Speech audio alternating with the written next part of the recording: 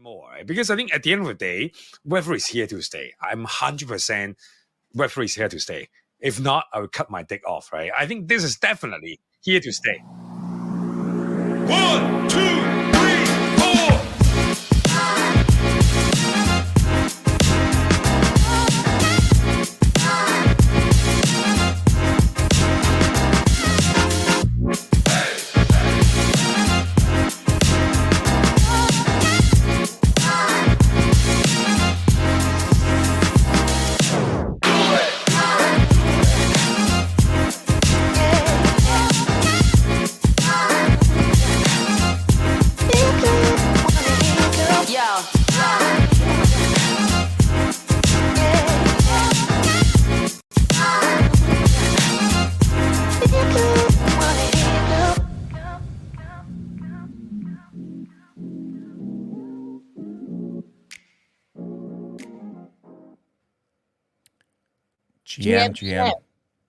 GM.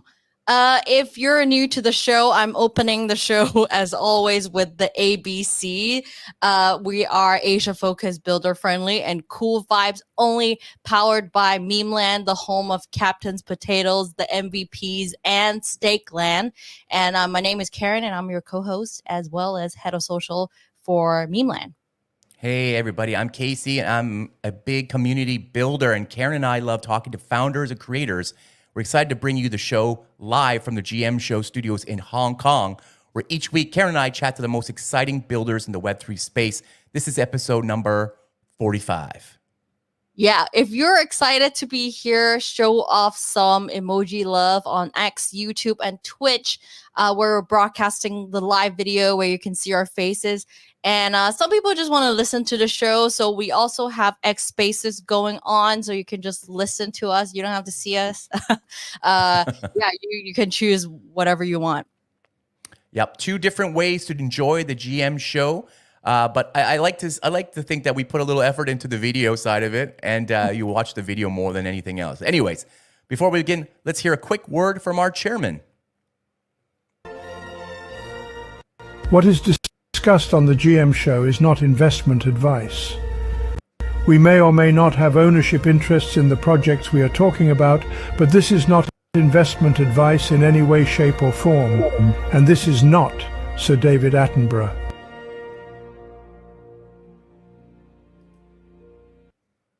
Great. What are we talking about today?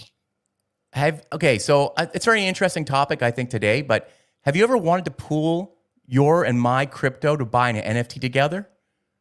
I mean, depends how many crypto you have. Okay, maybe not you and me, but maybe like somebody, like maybe your parents or somebody like that. You want to pool your crypto together to buy some kind of NFT together with just, your friends, your family, whatever. I think it's kind of an interesting thing. Well, a generate wealth wallet.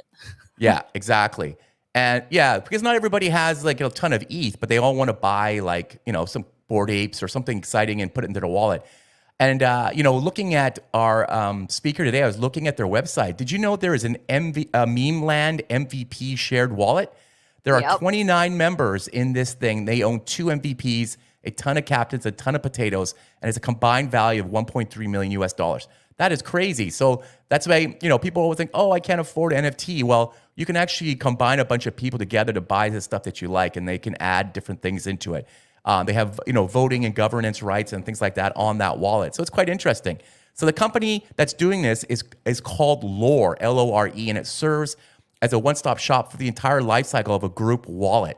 They cover everything from the beginning of the life cycle, like forming funds and adding members, to coordinating to social and transactional decisions, to end of life cycle items like growth and offboarding, right? So when you want to like sell your NFTs and then split up the money, right? As group wallets win together, they often grow to become on-chain collectives. They help these collectives flex their wins and attract new members through a discovery layer. This is so interesting. Karen, who is our guest today? Today's guest was a professional trader with an engineering background who's obsessed with social trading trend in 2017 and saw how it perfectly intersects with the financial infrastructure offered by crypto. Before founding his company, he held trading, sales, and investment roles at crypto startups and investment firms like Wire, Polygon, Polychain Capital, and Citi. Please welcome to the GM Show the co-founder and CEO of Lore, the leading platform for groups wallets, Thomas Scaria.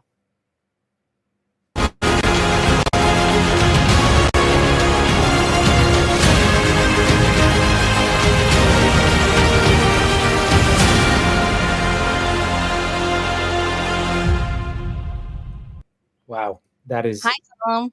what an intro. GM. Yeah. Thank you for reading my bio. It was very awkward to hear that. That's kind of impressive. Thank you. Yeah.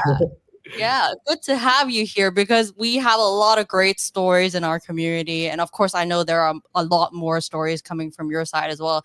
Really interesting to hear from you and get to know you. Yeah, I'm so excited to be here. Yeah. So, I've heard your name and I've heard your company a lot in the Memeland world. What is your connection directly with Memeland? Well, I think the Lore mission and the Memeland mission are just perfectly aligned, and our paths sort of intersected, especially when you all decided to launch your Super Cruise initiative, which had a very high price point. Stake more to earn more together, right? Was kind of the way we approach the Memeland holder community. And I think it was just like a match made in heaven. And everything just kind of took off when you all launched Super Cruise, and we were perfectly also ready with our product to make it very easy for these, let's call it DAO organizations, to form and pull their money together and access more of Memeland together while supporting and learning, right, about the ecosystem. So that's how we're involved with Memeland. Actually, I was looking this up, and about 5 or 6% of all Memeland NFTs are held in Lore group wallets. Wow. So it's Amazing. It's not insignificant, right? And that's how the journey started. And I think we're continuing to be excited about Memeland and Stakeland especially, and continue to just work mostly with your community members, kind of bottoms up, and a lot of the holders that have become influencers also, just generally speaking in crypto Twitter and NFT Twitter. But yeah, that's been the connection. I'm a longtime potato holder.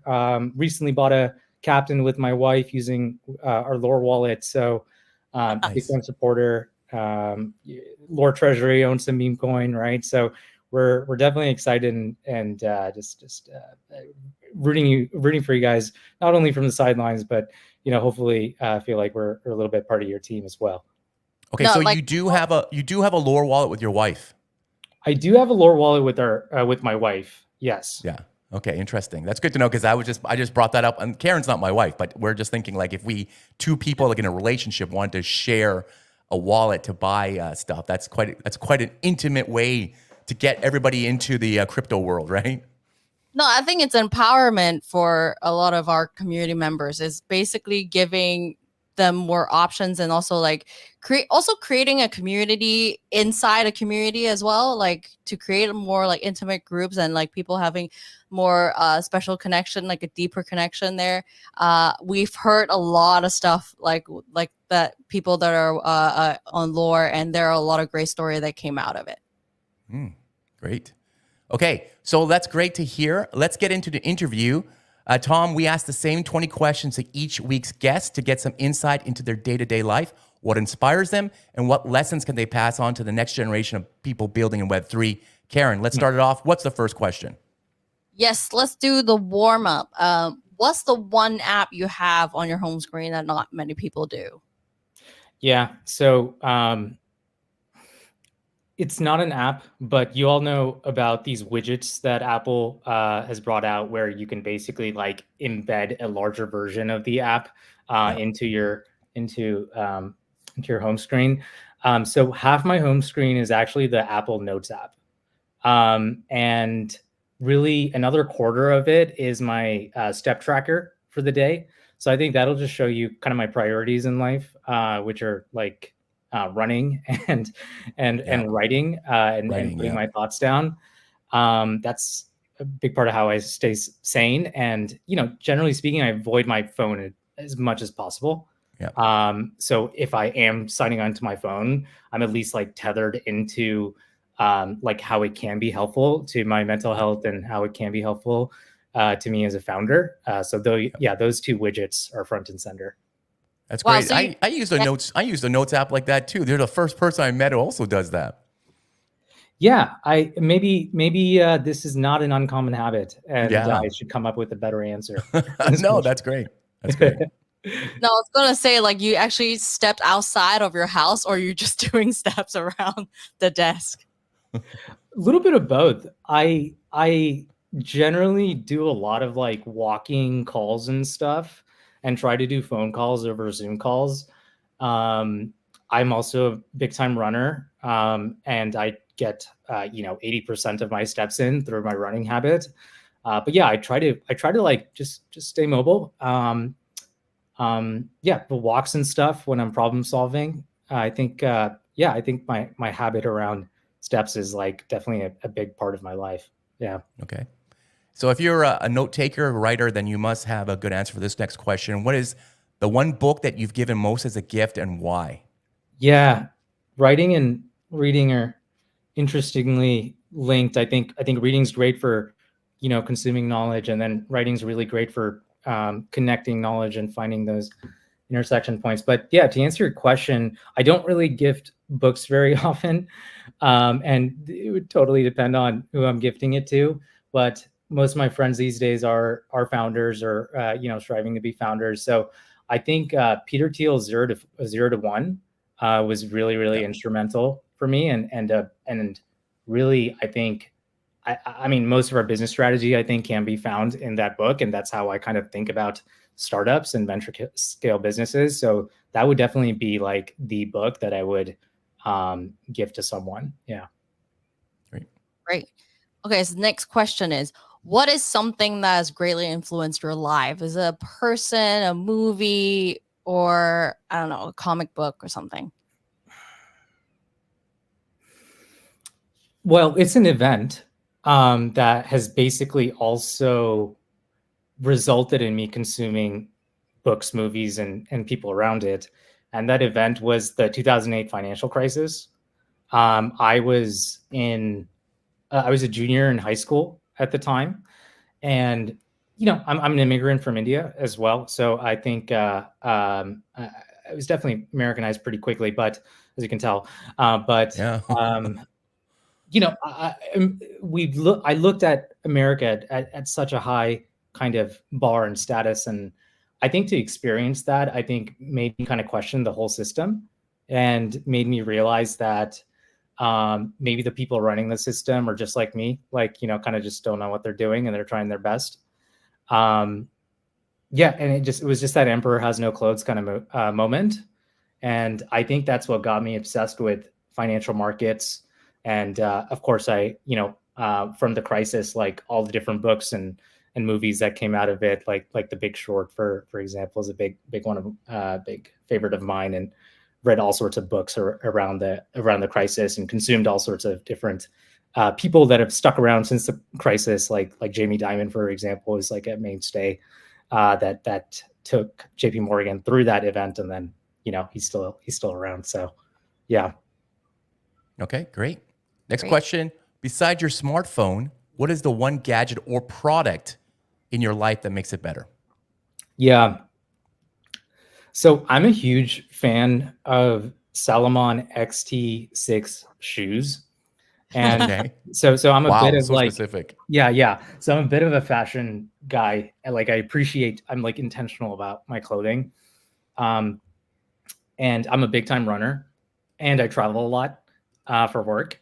And I hate packing running shoes and fashionable shoes to wear.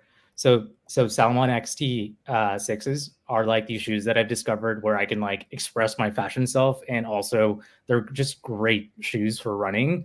And I like will randomly just run to places, like even if it's not for running. Like if I'm like catching a train or something, I'd rather run there than walk there. So the Salomon XC6s are kind of a must-have gadget for I me. just Googled that, and I just typed Salomon. The first one that came up was that XT6 in the Google results. That's amazing. Must be a very popular shoe. It's a popular shoe. Crazy. It used to be, kind of a niche hipster shoe, and then now it's Yeah. it's Now it's everywhere. Yeah. Cool. Looks great. Okay, thanks. Great. Let's do the therapy session, as we call it. What was an early job you had that you learned an important lesson from? So right when I graduated from college, I think I was I've been a people pleaser for the majority of my life, especially trying to please my parents. And I graduated with a degree in bioengineering because I was trying to make them happy by being a doctor. Like I mentioned, I have Indian parents, so. But then I was, I'm not like an engineering kind of guy. I was very business savvy even as a kid. I had good leadership skills and stuff, and I wanted to break into the world of business. And those are kind of the friends I even made in college. But I was a little bit behind, like in trying to pursue that career, because if you want to break into business and be an iBanker or consultant or something, you kind of need to like go do that with intention as soon as you join as a college like freshman or sophomore, right? Anyways, so I didn't do that, and I actually ended up socializing quite a bit in college, but I did break into finance right after I left college, and I had this job at an asset management company called Realty Income Corp, where I was working mostly on the deal team, like acquiring different real estate properties or different kind of companies that were really wrappers around an asset, a portfolio of real estate. And long story short is like I got basically ousted from that company. And I think it was because I was like pretty intense and passionate about just finance. And I was that guy that was like showing up early and leaving late, and just showing this whole level of intensity that I think scared both the analyst class and the management around me, where I was just kind of unpopular. I guess I learned, they slowly kind of pushed me out as finance people will do in this situation. I won't get into the details of how they did that, but like, I guess the learnings were like, sometimes, I realized like how intense I am of a person if I care about something, and that's just not going to be rewarded in every organization, or even in any organization period. And maybe like I actually need to start and do something on my own to satisfy like that, bottomless kind of hole, if you will, right? So I think it was just this learning about like how I'm just not going to fit into a traditional organization. Anyways, yeah, that was a big kind of moment in my life, and so I hadn't had a big setback like that. I think it was definitely very eye opening, but I didn't even like think immediately I'm going to go be a founder after this, but I think that planted the seed, right, for having that thought like 4 or 5 years later. Wow. You look like quite a nice guy. Were you like Patrick Bateman, slick back hair, and headphones on when you're walking around in the finance office to intensely scare people around?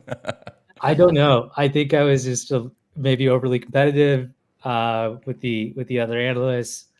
I don't know what it was, but Interesting. I joined Citi actually afterwards, and that was an organization that did really value who I was an individual. I was a little bit more savvy with my politics after that lesson. But not every organization is going to be a fit for you, right? And I think about in our own team, like when there's a performance issue with like someone I manage, it's not necessarily a reflection of who they are. It's a reflection of who they are at Lore, right? Yeah. And maybe it's just not the right fit, and they would be a superstar somewhere else, right? So I think, that experience was pretty eye-opening for me. Okay, cool. Great stuff. Next question. what does a normal day look like for you? What's your daily routine? What time do you wake up? What time do you like lunch? Do you have any? Do you go for a run? And then what time do you slowly sign off? Do you sign off? Get a couple of hours sleep. There are no normal days. There are really crazy days, and I think days where I can have a kind of a more regular routine. Like you mentioned, there's always a break for a run, and that's a constant. A run or some form of exercise, right? What I actually had a pretty normal day today, so I can actually go through what I did today. Yeah. So what that looks like, an ideal like morning routine, right? I wake up. I always check my phone, just check all my messages, check Discord especially. That's where all our customer support stuff happens. I want to make sure our users are attended to right away. Slack, email. Just make sure no crises are happening, because sometimes they do. Like one day I woke up and Silvergate Bank told me that they're shutting down and we need to find another banking partner. So shit happens. So I need to check my messages. So I do that. Then I try to get into like a Zen zone where I'm like making my, I make my coffee, I sit down, I have my notebook, I have my Kindle also, and then I have some options. Like I'm either gonna, journal if that's what's calling to me, or read and get a little bit of pleasure doing something that's also kind of educational for a second. Right after that, I usually crank out a little bit of work, maybe like 45 minutes, an hour of deep work. Then I go right into exercise. And then that is a really good break.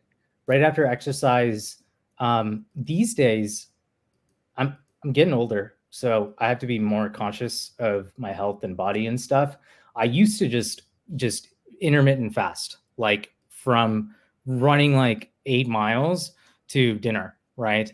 8 miles at like 11 a.m. to dinner, but I can't really do that to my body anymore. I'm 32 now. So usually I at least drink a smoothie or like eat something, make sure my body is actually growing from the exercise I'm doing. And then after that, it's just work. You just do a shit ton of work. And by dinner time, I'm usually having a big dinner, because either I'm usually eating light for lunch. So that is when I relax and I'll put on a show or something, and just unwind for a second. And then after that, it's the night shift, right? So I just hop back into work, and I just crank that out until I sleep. I usually sleep around 11 or 12. Yeah. And then I wake up at 6 a.m., 7 a.m. Okay, great. Great. So the next question is, what is an unusual habit that you have that is not running? That's not running. Yeah. Apparently a lot of founders are obsessed with running, so I don't think it's quite unusual. Yeah. So during all those phases that I mentioned, when I wake up to, I am going to the gym and I'm getting, back into work and stuff, I always have a clothing, like a outfit change. And maybe this is an unusual habit for, the masculine person, and not for females, but I actually, first thing I do actually when I get out of bed is actually like dress like I'm about to exercise, because even if I'm feeling like absolute trash, just doing that first action of putting on the exercise clothes will 100% guarantee that I'm going to exercise in some way, within the next few hours, right? Yep. And then same thing after I do the exercise, I make sure, I dress like how I want to be perceived for that day by, whatever kind of situation I have, investor meeting or employees or kind of whatever. Or if it's a chill kind of work day where I'm just doing some deep work, right? I'm going to be in sweats maybe. So I think I use those like outfit changes as a strange kind of habit to tether myself into what I'm about to do.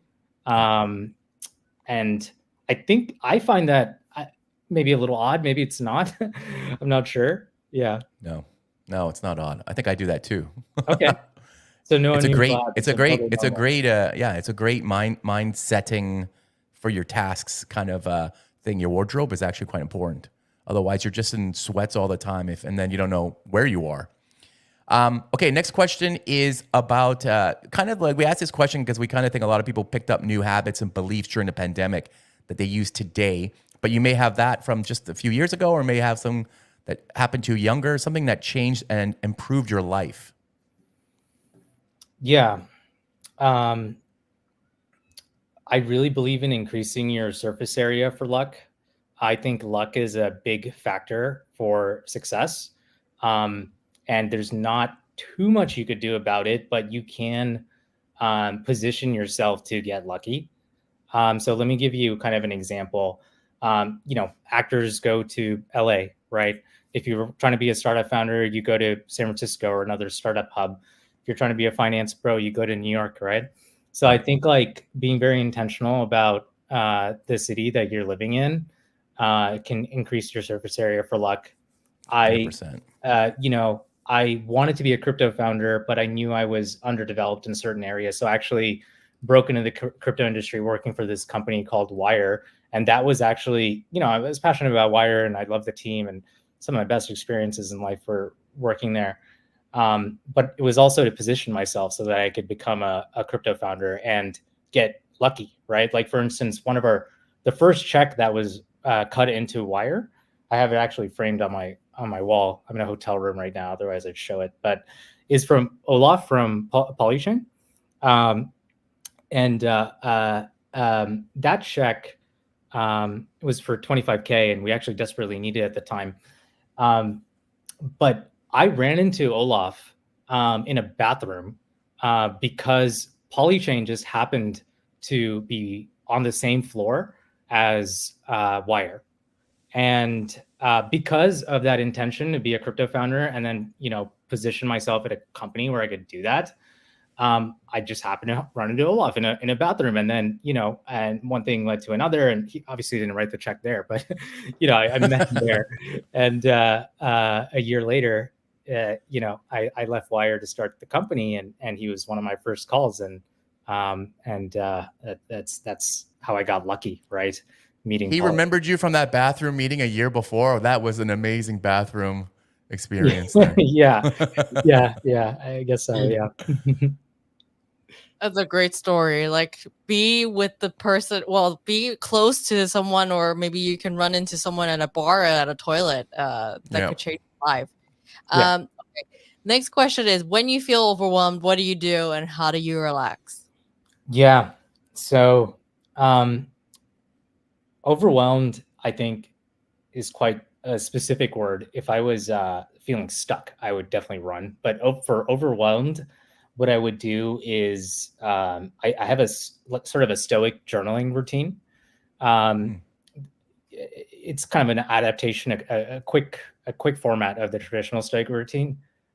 Basically, what I do is, if I'm overwhelmed, I'm feeling a lot of things and working through a lot of stuff, right? So there's a bunch of thoughts in my head. I write them all down, all my feelings. Like, I'm feeling anxious because, I'm doing, I have this meeting tomorrow and, XYZ. And I fill that out till I run out of thoughts in my head. Then I actually break out each of those feelings into things that are in my control and things that are out of my control. Which is a very traditional kind of stoic. That's the stoic principle, right? You break things out into what's in your control and what's not in your control, and you just focus on what's in your control. And then, as I identify what's in my control, I make that a to-do list. These are just action items I need to do to just stop feeling overwhelmed, right? And that's it. Like I have my to-do list to get out of this rut, and I just go and execute. Yeah. Great. Very good. Okay, next question. This is the one I like to ask. What is one failure you've experienced and how did you overcome it? Yeah. So, I have to go pretty deep into this one. So, again, I think I was a people pleaser when I was growing up, especially wanted to make my parents happy. And I was high achieving. Like I got straight A's until I was in 11th grade. And actually took AP Computer Science and got a C in it. So that was like the first time I ever even got a non like A. And I guess my parents were also pretty strict. They saw that I was pretty social and, like I mentioned, like a natural kind of leader. And they saw me like kind of hanging out with my friends a lot as like not great for my studies and wanted me to just focus on school, right? Which was odd because I was getting such great grades, right? But anyways, when I got to college and the parents weren't around, it was like, let's fucking go, like it's party, right? So I just kind of broke out of my of those constraints and started becoming just hyper social. And I learned a lot about people and like relationships, and you know, it was just obviously, so socially speaking, it was a great learning experience. But educationally speaking, I got very poor grades in the first half of college, and that actually did result in, you know, when like I mentioned, I realized I kind of wanted to go from biotech to finance, that being kind of a non-option because you need good grades to like break into really great finance jobs. I did break into a good one by just hustling internships and stuff like that and killing the interview. But basically, like, just when the wheels fell off the wagon, kind of in college, I gained a lot of weight. I was probably, from a people pleasing standpoint, I was having people pleasing shifted from my parents to like people pleasing a lot of my friends and stuff, and being that guy like in the social group. And I think my personal kind of mental health and physical health took a huge hit. And then I hit this rut in my life at like age 21, 22. And I looked at myself in the mirror and I was like, whoa, I have a lot of, like, I'm making my friends happy and stuff, but I'm very unhappy. And I'm in a job I don't really love with, you know, people that think I'm crazy. I was overweight and just definitely, yeah, I was in a distant city, like in San Diego. And obviously that goes against some of the principle I stated earlier. Should have been in New York if I'm obsessed with finance, right? But I got stuck in San Diego. Anyways, that's when I looked in the mirror and like really decided that you can't do both. You can't be the social pariah and also, you know, be passionate about your career and success. You kind of need to pick one.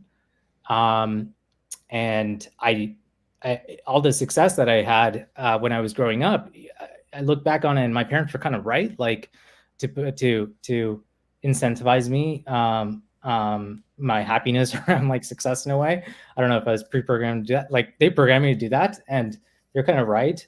And I made a decision then and there that I'm going to turn my life around and find what I'm really, really passionate about. I generally kind of knew was in finance and technology, and just go all in on that. And my friends will respect this choice. So it was kind of rock bottom, and then I overcame it with just this dedication to like a mission.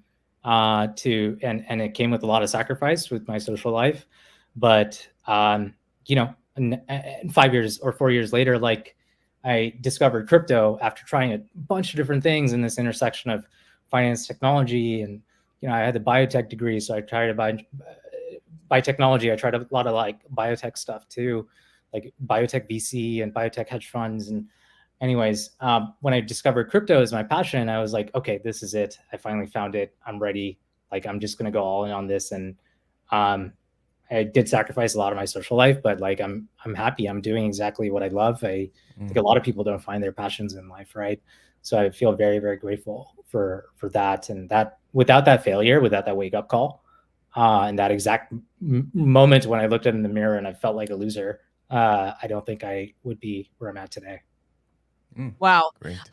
You know what? Like I had the same exact experience as, you know, having Asian parents and then going crazy during uni.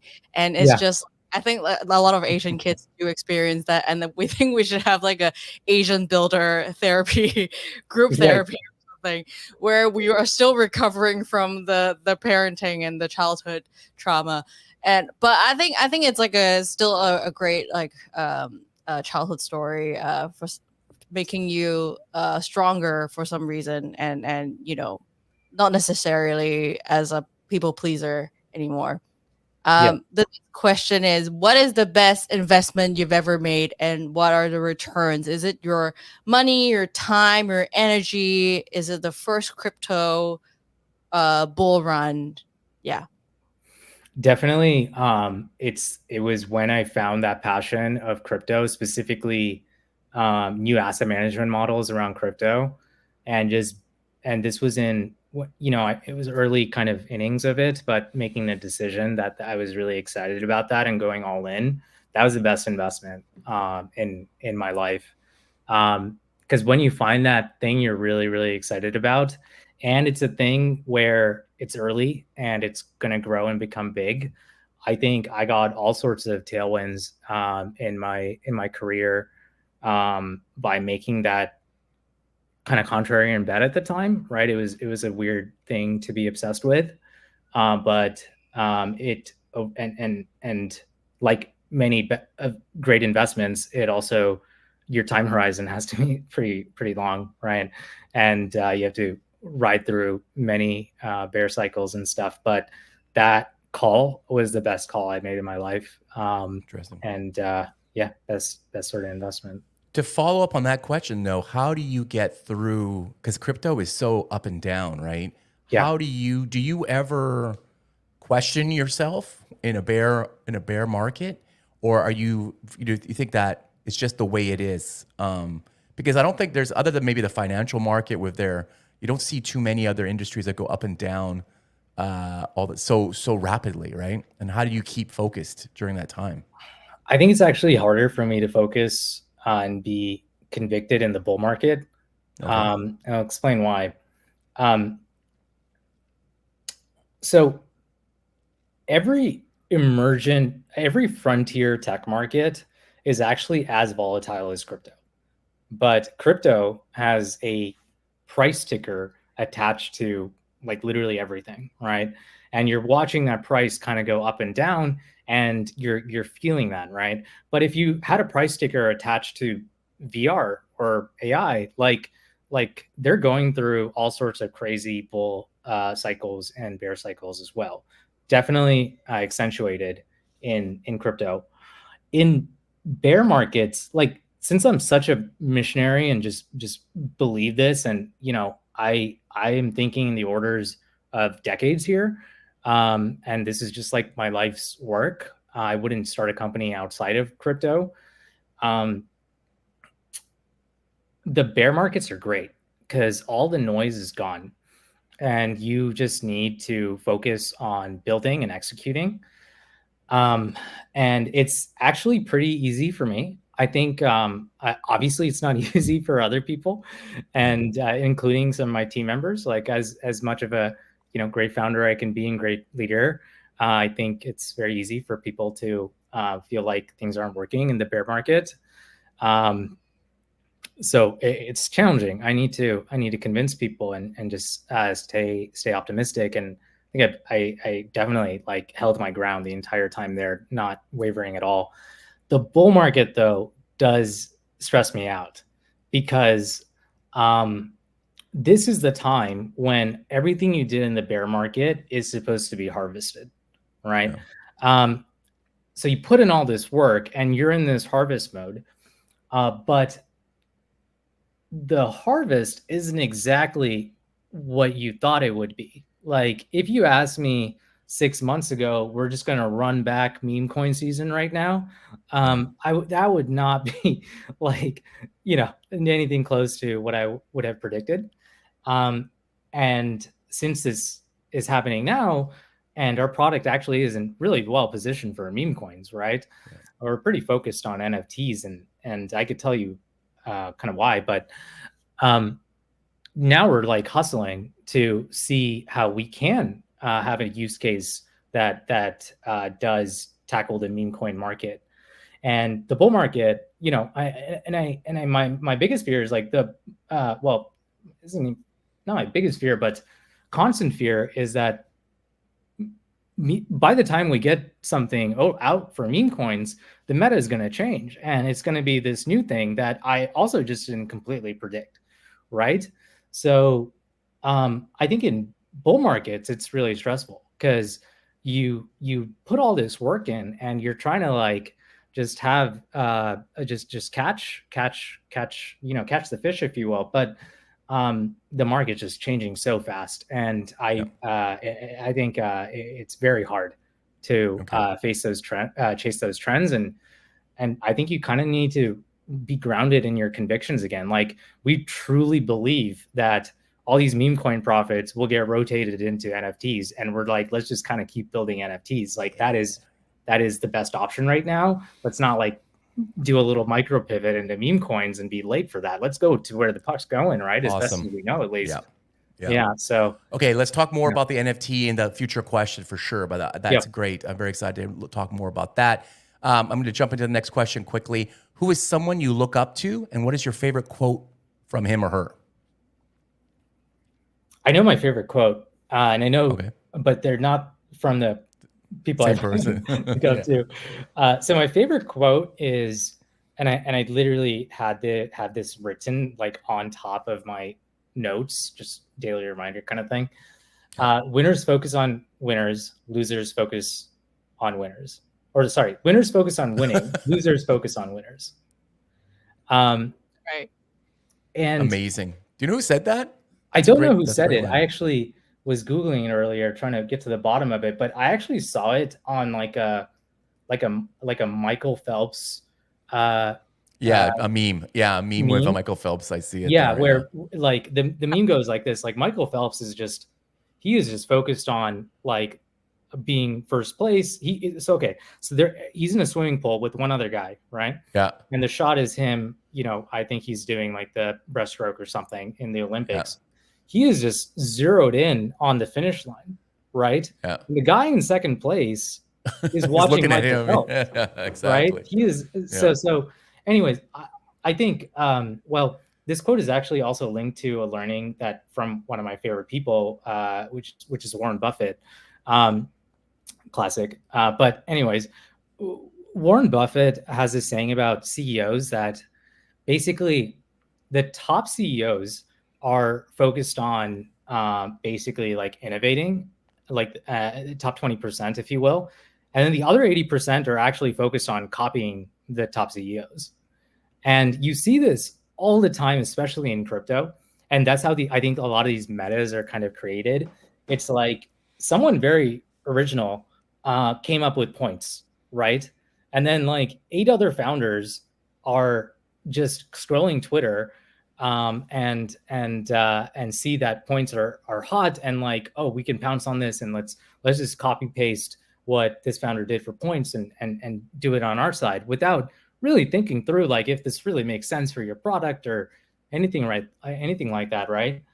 So I think this is all a daily reminder to me to not like listen to what's going on Twitter and just carve out deep pockets of time for myself to like really think about lore and what we're creating and things like points even, right? But what does points really mean, and like what does points really mean for lore, and is that from first principles thinking like makes sense for us now or in the future? So I do like to try to be as original kind of as possible. I think it's very hard. I think humans are mimetic and they like copying each other. But I think greatness is often found from focusing on the end result and comes from deep within and not from copying other people. Yeah.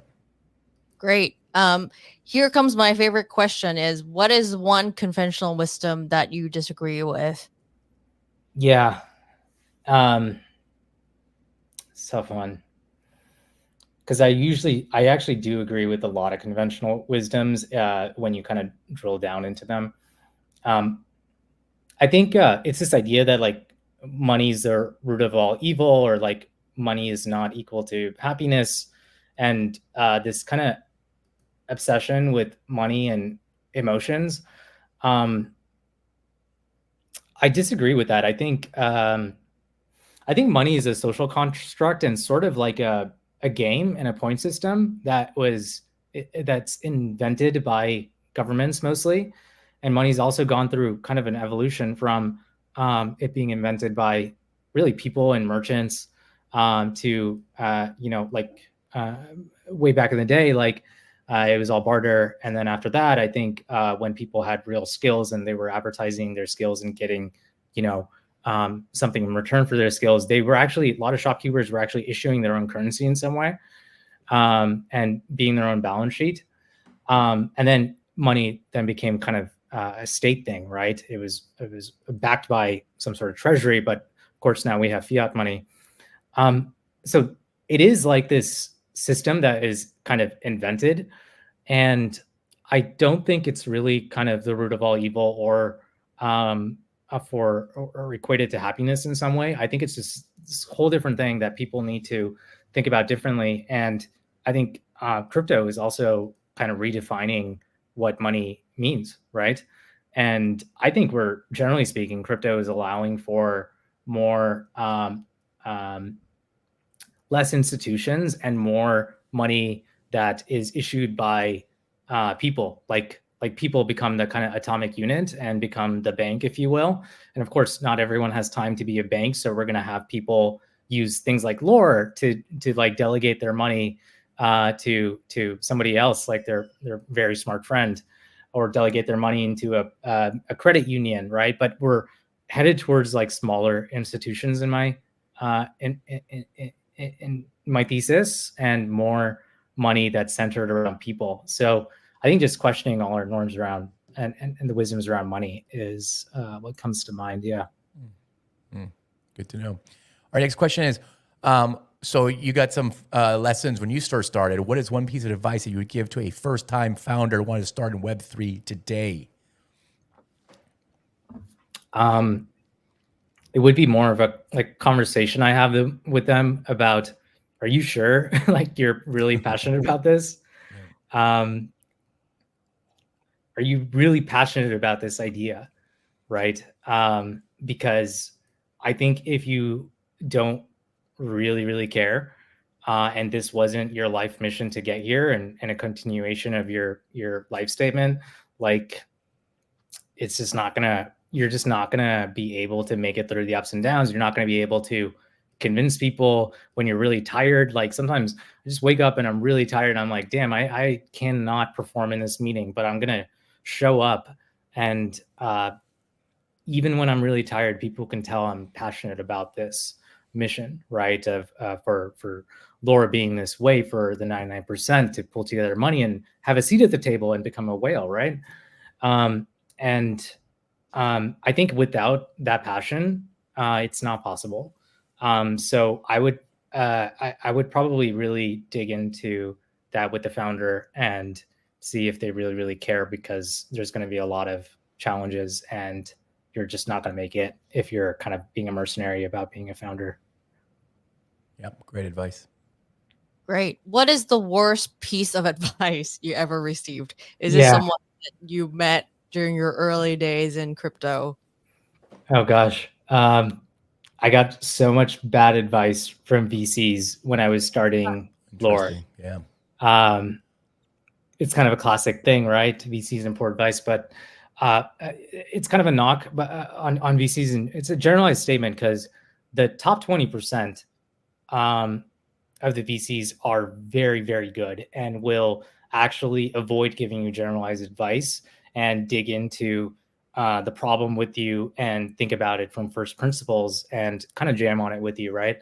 But so much generalized advice that I've gotten from VCs, specifically around product strategy, where they're just generally uninformed about user behavior, consumer trends, and things like that, and thinking about things more from like, oh, is this market big enough? Does this, what is the industry you're trying to disrupt? Like, what is the, and I think that led to, again, this is my inherent issue with people pleasing, like me making some poor decisions early in the company around what the first versions of the product could be like. These days, again, I think VCs, the top 20% are excellent and give good generalized advice. Even the 80%, they don't give good. They give generalized advice that is not for you. But I think there is always some truth to what the VCs are telling you, and you kind of need to. It's like they're speaking Chinese and you're speaking English, so you kind of need to like translate what they're saying and like get to the root of why they're saying that, and then interpret what that means for you. Yeah. So there's usually something behind it that's valuable, and that's also why I answer that question of like, is there a conventional wisdom you disagree with? It's like, no, I think a lot of the conventional wisdoms are great, but you got to dig deeper. Yeah. Okay, great. All right, next question is Steve Jobs, Jeff Bezos, or Elon Musk. Why? Definitely not Elon. It's just not the kind of guy I am. I think I'm.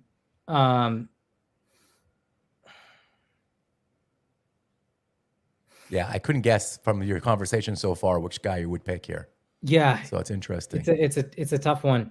It's definitely something in between Steve Jobs and Jeff Bezos, but I got to pick one, right?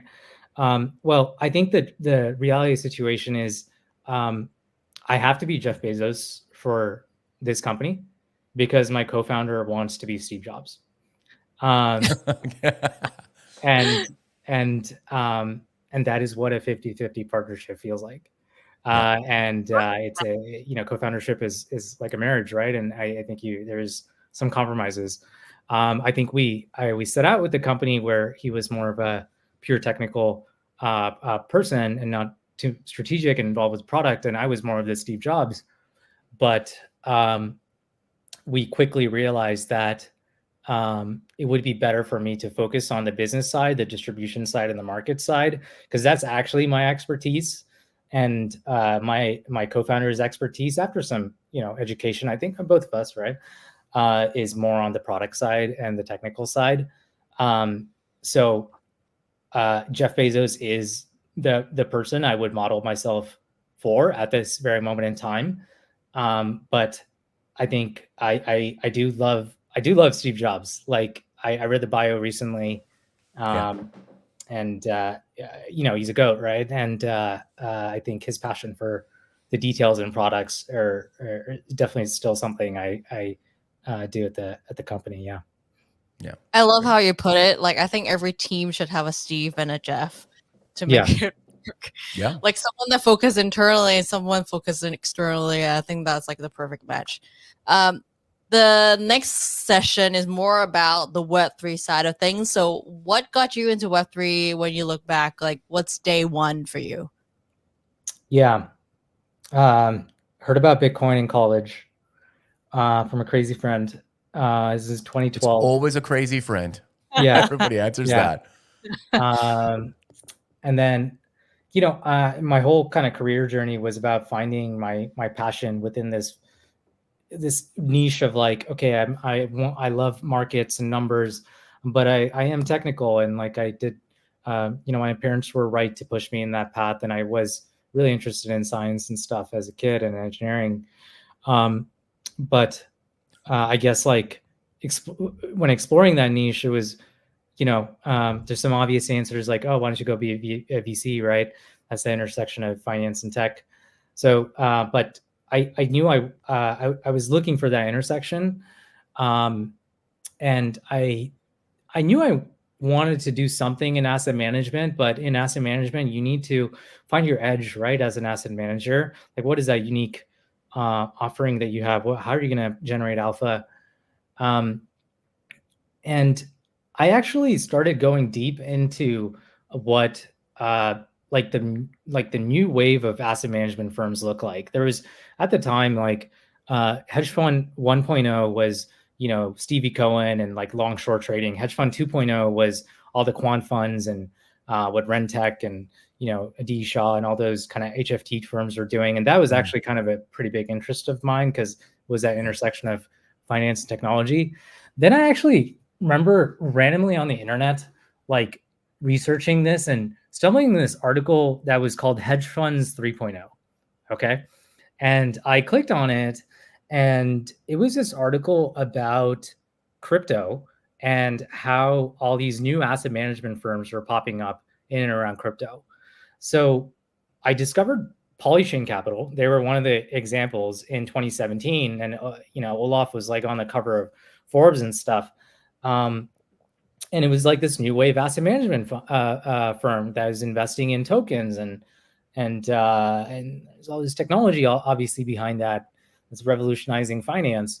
And they also discovered this new kind of fund built on the blockchain called Numerai, where Numerai, the idea is it's a hedge fund that's managed by the crowd. And there's a crowd of scientists on the internet that are processing machine learning models and suggesting like stock picks based on that. And then based on what the crowd is thinking, this hedge fund is autonomous, right? It kind of just invests and is built on Ethereum. So I was like, wait, like there's this really interesting like new wave of asset management where maybe I should, my edge as an asset manager could be in crypto. So kind of like the mid-curve idea at the time was like, why don't I start a crypto fund, right? And I actually attempted to start one. I raised actually some money from friends and family to do that, but I was a little late to the party. The inception date was like November 2017 or something, and so I got blown up by the time it was early 2018. That fund is up right now, by the way, so because I just kind of hodled. But anyways, at the time it was like, okay, that didn't work. But that whole time I just got deeper and deeper into the actual technology. Was like, wait, as like an engineer, I actually understand what's going on here. My dad is actually kind of an OG engineer. He moved to Silicon Valley with their family in 1999. So I called him and like started talking to him about Ethereum, and he's like, whoa, this is game changing, like the actual tech. And I guess like that's how I got into crypto, is like looking at it from this asset manager lens as my edge, and then getting obsessed with the technology, and this early fund I had kind of blowing up to the point where it was like, I need to get a job right now, and I don't think I'm ready to be a founder after this thing grew up. I need to go back into like learning mode, especially like reconnect with my technical side to really understand what's going on, and come up with like a non-mid-curve idea. And that's when I joined Wire. Yeah. Fiat to crypto on-ramp company. Yeah. Okay. Very cool. Do you remember what was your first NFT, and what did you learn from it? And do you still own it? I still own it. It was a CryptoKitty. So I did a favor for another crypto founder while I was at Wire. He was a customer. So Wire was a fiat to crypto on-ramp company, like I mentioned. So we were helping his wallet on-ramp new customers directly from their bank account into crypto. I actually went into his office and gave kind of like a seminar, if you will, on crypto payments, and he thanked me by sending me a CryptoKitty after that. And I guess like what I learned from it is like, he could have thanked me in so many ways. He could just send me, $500 or something in crypto, right? But this CryptoKitty was really cool because it was like a thank you card, but it was also a financial asset, and something I could like truly kind of own. And I didn't immediately think this would be very very astute if I did, but later on I kind of realized like, okay, like NFTs are kind of transactional. I went through a transaction with this person. I did a favor for him. He gave me something, but it wasn't money. Like it was this sort of social asset. Yeah, that was the experience. Interesting. And you still own it? Still own it. Yeah. Yeah. Scaria.eth. Go look at my wallet. It'll be the first NFT you see in there. Amazing. Yeah. Great. So I think a lot of our community and your community is interested in this question is, what are you guys working on right now? Why it, why now, and why you? Yeah. So I think I spoke about like my philosophy of bull markets. You kind of need to skate to where the puck is going. And the way we see the whole universe of assets and crypto opportunities kind of evolving, and it's already definitely a lot of signals here, is it's becoming increasingly cross-chain. So the first version of Lore, you start a ETH group on, and you start a ETH wallet, you're pulling ETH into it, and you're doing ETH things, right? But now the world is going very cross-chain very quickly. Excuse me. And groups that get started, they should not think of themselves as ETH native groups.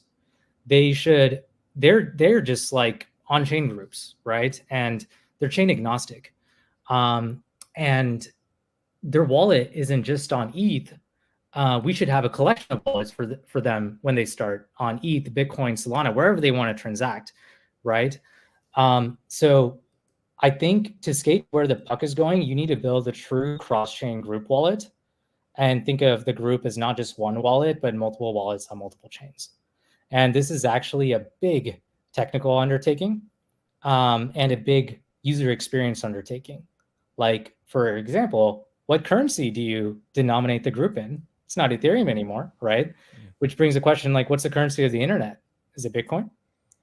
Not yet. I think it's still US dollars, to be honest, right? And globally speaking. So we re-architected everything to have dollar signs everywhere. There's still a currency experience where you can switch to ETH and view everything in ETH. But that was a decision we needed to make. So anyways, there's all sorts of kind of UX challenges. But yeah, what's top of mind is like leapfrogging kind of where the market's at right now and just predicting that we're headed to this more cross-chain group, especially with things like app chains and stuff. I wouldn't be surprised if in a year like Memeland had its own chain, right? If it's on BNB or whatever layer 2, I don't know what technology used to do it, but I think we're headed to that future. So we got to prepare for that. So that's top of mind for us. Yeah, and getting to there very quickly with an MVP because we need to. We have a lot to learn, and I think time and market is the compound interest of building. So we need to get there quickly too. How big is your team right now?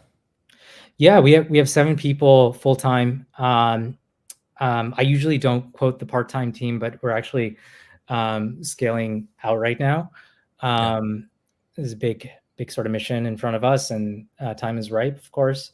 So there's about 3 people that we're working with part-time. One of them is actually the PBN team, the Painfully Bullish Network marketing team. So they're helping us kind of with our terminology and stuff. Yeah. So nice, very cool. All right, the last and final question. We hear a lot in the media, but what is the one misconception about Web3 that you would personally like to change? Yeah, I think we're all, Memeland especially, we're trying to change this conception. Crypto is not a giant casino. It's not just about speculation. It's also not just about community and social and connection and stuff like that. It's really this new category in between that is, I think socialify is a term that Memeland liked to use at least a few months ago. But it's this new category I like to think of as like financial entertainment. And it's, people can get wealthy and have fun at the same time. And connect with people as well. And I really want to reframe this whole conception that crypto is this giant casino, and instead think it is like this massive online game where people are, I think a lot of Memeland community, they have like day jobs, right? Instead of signing on to World of Warcraft or whatever you did 20 years ago, you're signing on to Memeland Discord, right? And kind of hanging out with friends and doing these game-like things, and you're making money as well. So it's both the side hustle and your friend group and everything in between. Yeah. And I really want to reframe crypto around this new category and not specifically around like being a gambling thing. Yeah, I like that. Karen, I think we'll call that episode the financial entertainment episode. It's a great hook, and it's a great title. Yeah, and I think you're already doing it. You're already changing the game. So Yeah, let's change definitely. it all together. Yeah, and I love your, I think offline we should definitely like keep jamming about this, because I think messaging and marketing and getting the audience kind of educated and like aligned with this greater mission is really, really important. And we're one of the we're both some of the players in this space that care about this mission. So I think it really matters. Yeah. Cool. Thanks so much for your time today. Are you at all coming to Asia this year? Yeah, I'm going to be in Singapore definitely for the Token 2049 event. Okay, great. Around September. Yep. Awesome. We have in Hong Kong right after that. We have the thing called Blocktober that's being put together now. So hopefully we can get you out here for that. But that's great. Yeah. We'll see you in Singapore. Yeah. We'll definitely see you in Singapore. Yeah. Are you all coming to New York for? Yeah, I'm coming to New York. Right. Yeah. Okay. Yeah. Cool. Great. Thank you so much for joining us today. Don't forget to follow us at GM Show Official, Memeland, Stakeland, and Lore, and our co-hosts. We'll see you again next week.